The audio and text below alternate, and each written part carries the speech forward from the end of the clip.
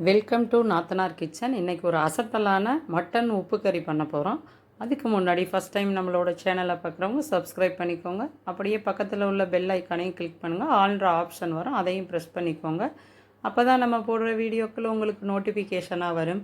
வாங்க வீடியோக்குள்ளே போகலாம்.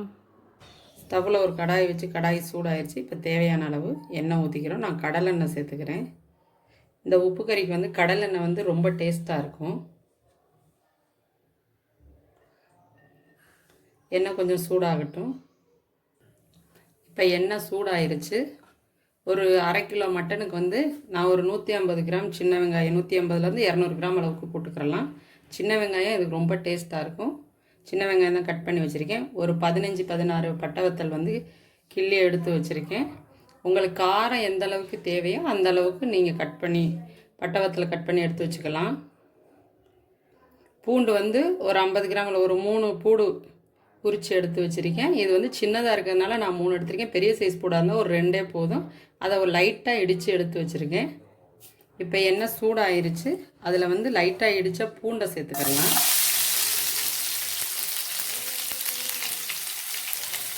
இது கூடவே காஞ்ச மிளகாய் சேர்த்துக்கலாம்.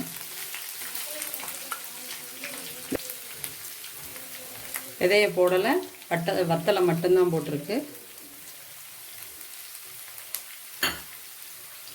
ஃப்ளேமை மீடியத்தில் தான் வச்சுருக்கேன்.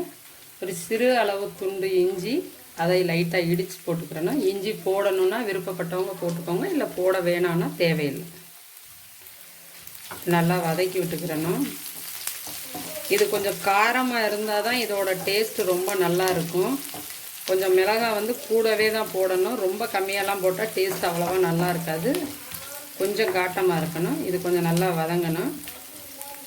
இப்போ இது கூடயே சின்ன வெங்காயத்தையும் சேர்த்துக்கிறலாம்.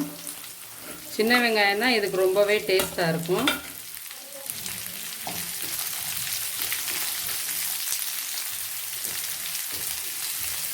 தூளே போதுமான அளவு, அரை கிலோவுக்கு ஒரு 1/2 டீஸ்பூன் போட்டாலே போதும்.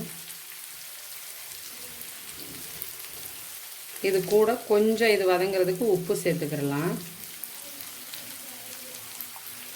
நம்ம மட்டன் வேக வைக்கையிலையும் கொஞ்சம் உப்பு சேர்த்துருக்கோம், அதனால் இதில் அளவாகவே போட்டுக்கிடுவோம். மட்டன் சேர்த்து வெந்ததுக்கப்புறம் டேஸ்ட்டு பார்த்துக்கிட்டு மீதி உப்பை சேர்த்துக்கிறலாம். இப்போ இதை நல்லா மிக்ஸ் பண்ணி விடணும். இந்த பூண்டு எல்லாமே மட்டனோடு சேர்த்து நல்லா வெந்துடும். இதுக்கு இந்த காரமே வத்தல் மட்டும்தான், அதனால் கொஞ்சம் கூடவே தான் போட்டுக்கிறணும். இப்போ மட்டன் ஒரு அரை கிலோ, பாதி அளவு உப்பும் ஒரு கொஞ்சம் மஞ்சத்தூள் போட்டு வேக வச்சுருக்கேன். இப்போ இதையும் இந்த வத்தல் வெங்காயத்தோடு சேர்த்துக்கிறேன். கறி மூழ்கிற அளவுக்கு கொஞ்சமாக தண்ணி வச்சு தான் வேக வச்சுருக்கேன். அதனால் அந்த தண்ணியவும் கூடயே சேர்த்துக்கிடலாம். அந்த தண்ணி கறி எல்லாம் சேர்ந்து வெந்தால் தான் அதோட டேஸ்ட் ரொம்ப நல்லாயிருக்கும். இப்போ இதை நல்லா மிக்ஸ் பண்ணி விடணும். ஃப்ளேமை ஃபுல்லாக வச்சுக்கிடலாம். இதை நல்லா மிக்ஸ் பண்ணி விடணும்.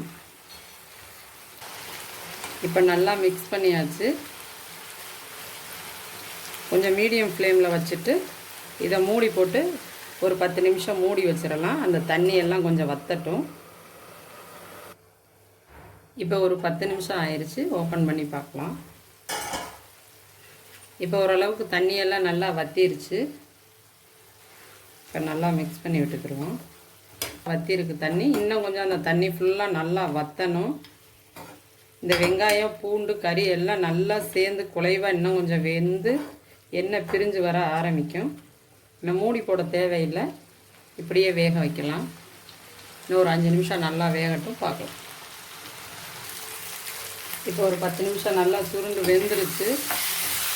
மசாலா, எண்ணெய் எல்லாமே சேர்ந்து வர ஆரம்பிச்சிருச்சு. இப்போ கொஞ்சம் மிளகாய், வத்தல், பூண்டு எல்லாமே நல்லா கொஞ்சம் குழஞ்சி வெந்துருச்சு. இப்போ கொஞ்சம் கருவேப்பிலை மட்டும் சேர்த்துக்கிறோம்.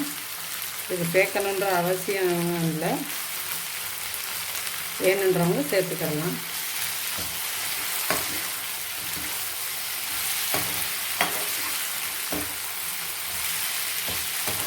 இதை நல்லா மிக்ஸ் பண்ணி விடணும்.